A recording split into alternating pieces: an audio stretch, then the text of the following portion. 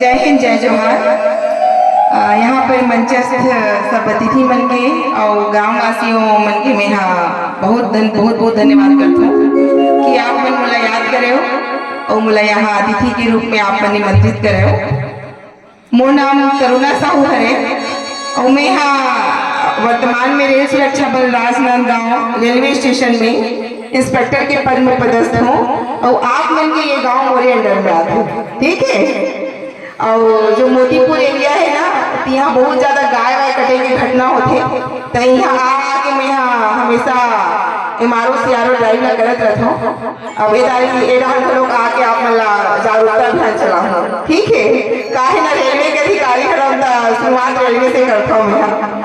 और सबसे बड़ी बात भैया मैंने इतना अच्छा बात पूरा बता डाले है कि अब मैं कहाँ बोला।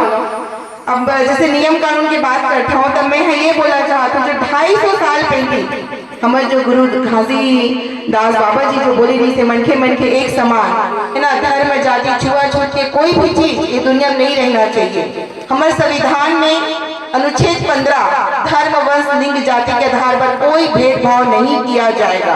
अनुच्छेद 16 अवसर की समानता, सभी को अवसर समान दिया जाएगा।